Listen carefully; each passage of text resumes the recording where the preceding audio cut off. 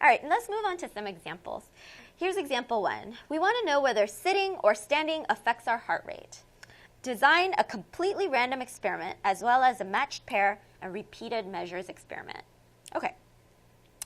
So in order to have a completely random experiment, let's say we start off with 20 people,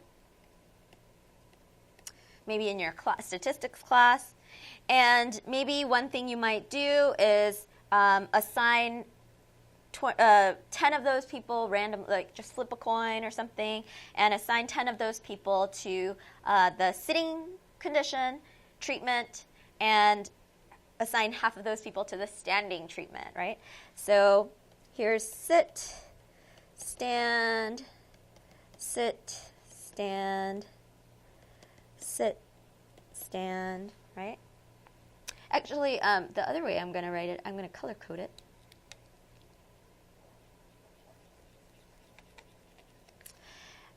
Let me write sit in red and stand in blue, right? So it might be sit, sit, sit, sit, sit. Pretend I wrote 10 of those. Maybe stand, stand, stand, stand, stand. Pretend I wrote 10 of those, right? And so then you'll get, people A, B, C, D, E, F, G, H, blah, blah, blah. And then for the other half, you might get, F, G, H, I, J, right?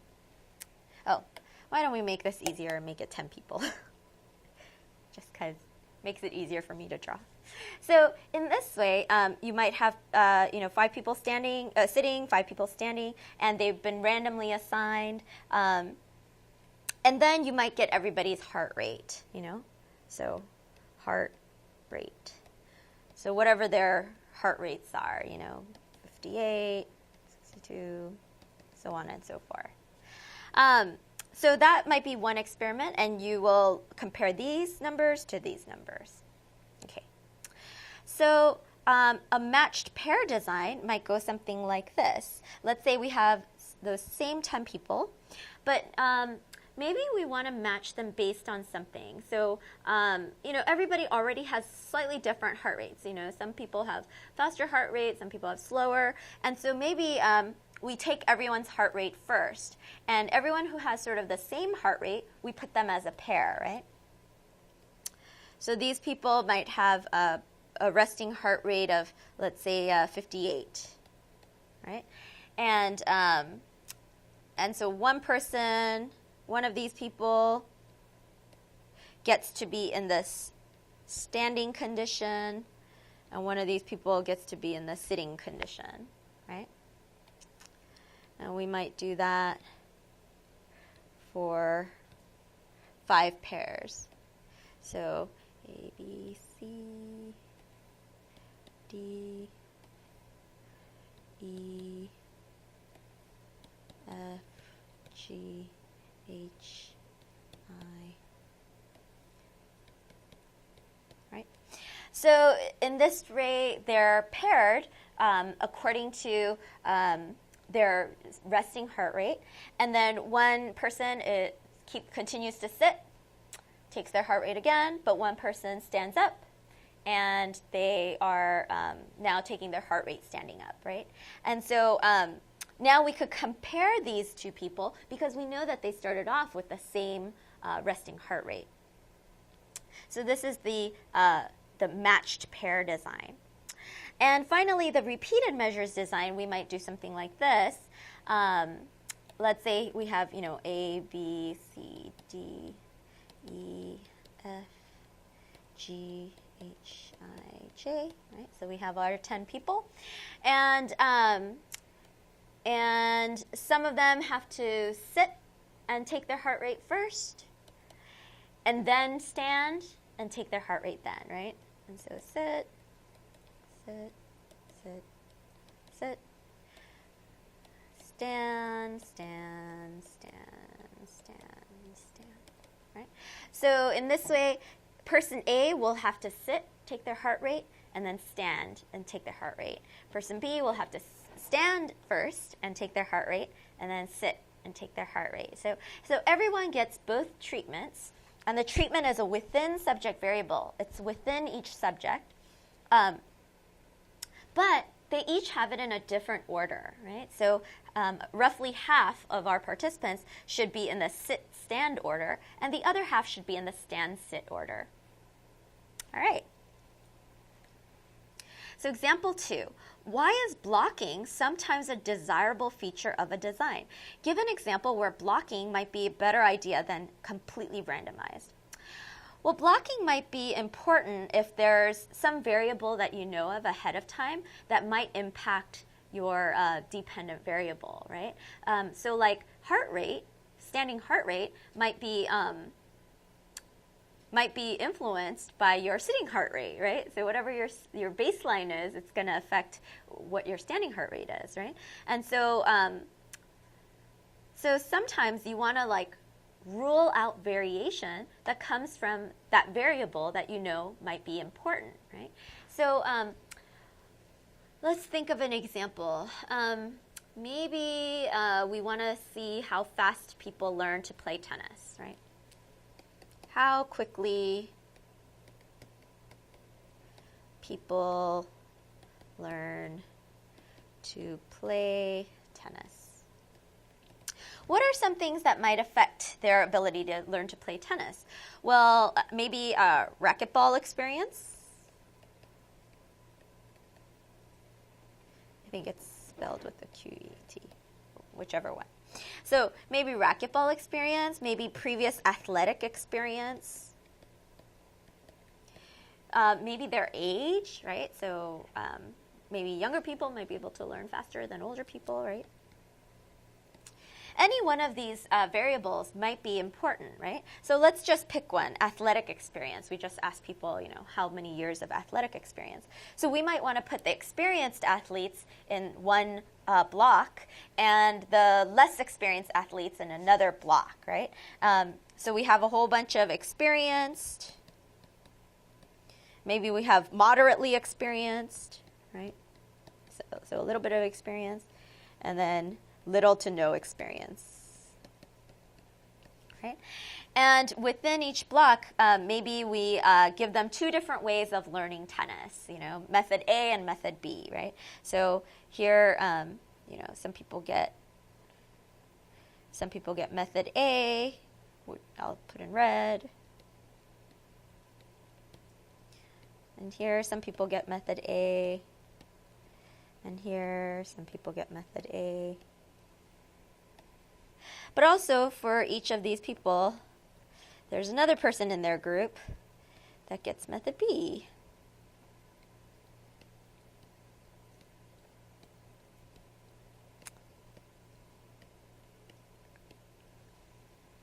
So in this way, we have a mix of people who have experience, who get method A, and a mix of people who get experience, who have a lot of experience, who get method B. But that's the same across all these different levels of experience. And so that might be an example where blocking is better, because then you reduce the within treatment variability so that you could maybe see more clearly between treatment variability. So the real difference between treatment A and treatment B. Okay. Why are completely randomized designs, also called between subjects designs, popular? Give an example where this is a better design than randomized block design. Well, one of the real problems with randomized block design is that sometimes you don't know what might be important, right? So there might be a lot of variables that you need to control for, and it's probably really hard to control for all of those things.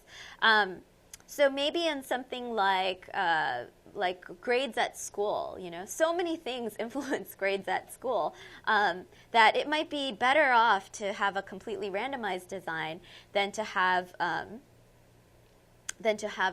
randomized block design. Or if you do have a randomized block design, maybe you could only do it with a limited number of variables, like one variable. And so in that case, a completely randomized design might be more important.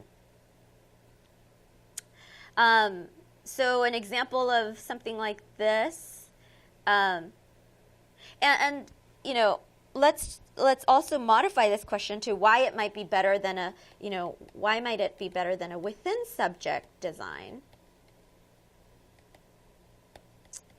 Well, sometimes, and the one kind we learned about is the repeated measures design.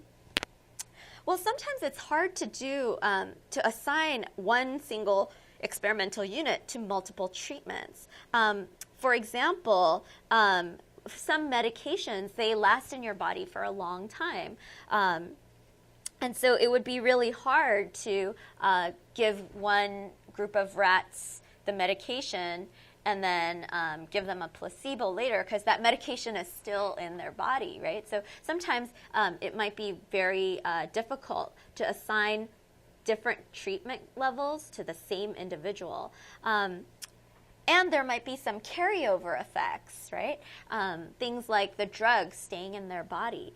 Or maybe we're looking at two different teaching methods for statistics, right? And maybe we're trying to look at treatment A versus treatment B, teaching method A versus B. And they might have learned a lot from whatever teaching method came first. And so because of that, the second one may not look as effective. But maybe it's just that, you know, it's whichever one came first, right? So sometimes it's going to be really hard to do a within subject design, and that's why you'll have to do a between subjects design. And in a completely randomized design, this is actually a sort of easier.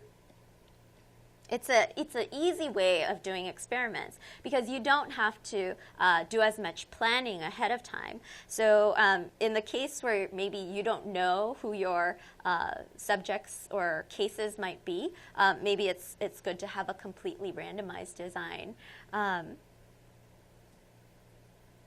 So that's that. So maybe an example might be maybe we're looking at how volunteers at a supermarket taste test some jams, right? And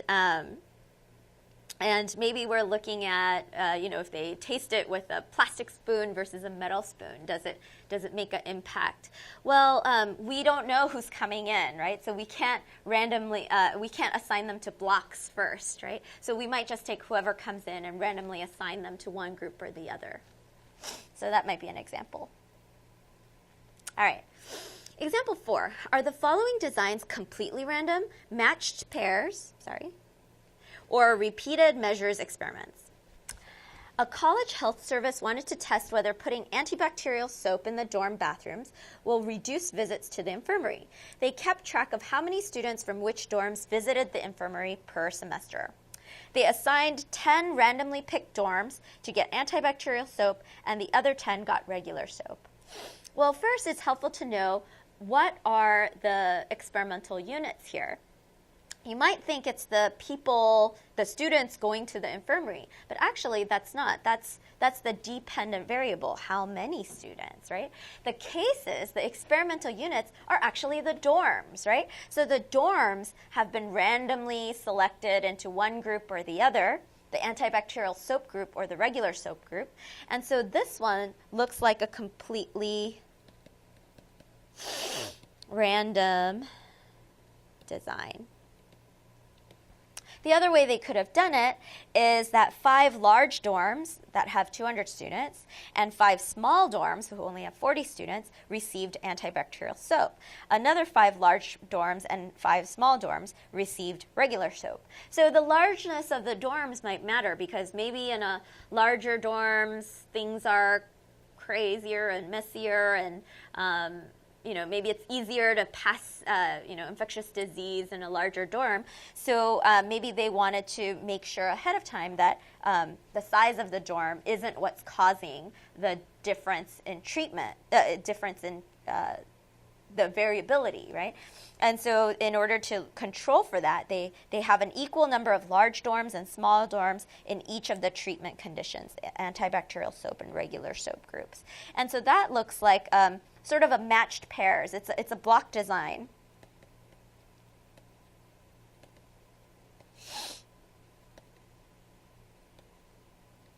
So for every large dorm, you have another large dorm here. They have like a pair on the other side. For every small dorm, you have a small dorm on the other side, right? So they have a matched pair. All right, so that's the end of within and between treatment variability.